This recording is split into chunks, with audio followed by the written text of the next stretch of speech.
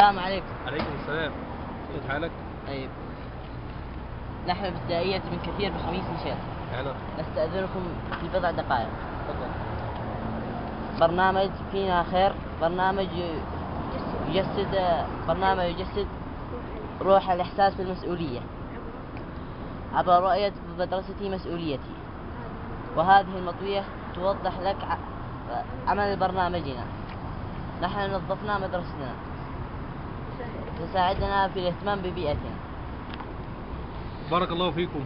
هذا البرنامج نحن معمم من وزارة التعليم، وأتينا إليكم لنشرح لكم طريقة عمل البرنامج، أملا أن نصل بهذا البرنامج بإذن الله إلى أيضا البيئة، ليست فقط المدرسة. مدرستي مسؤوليتي، انطلاقا إلى شارعي، حيي، مدينتي، وطني هو مسؤوليتي.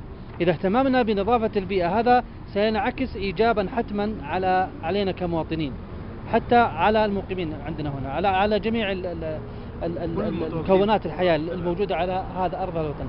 أتينا إليكم لنشرح هذا المشروع كما هو موضح أمامكم، وسلامتك المطوية توضح لك. بارك الله فيكم وجزاكم الله خير.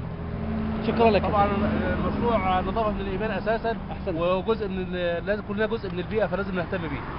بارك الله فيكم وإن شاء الله على خير دايما.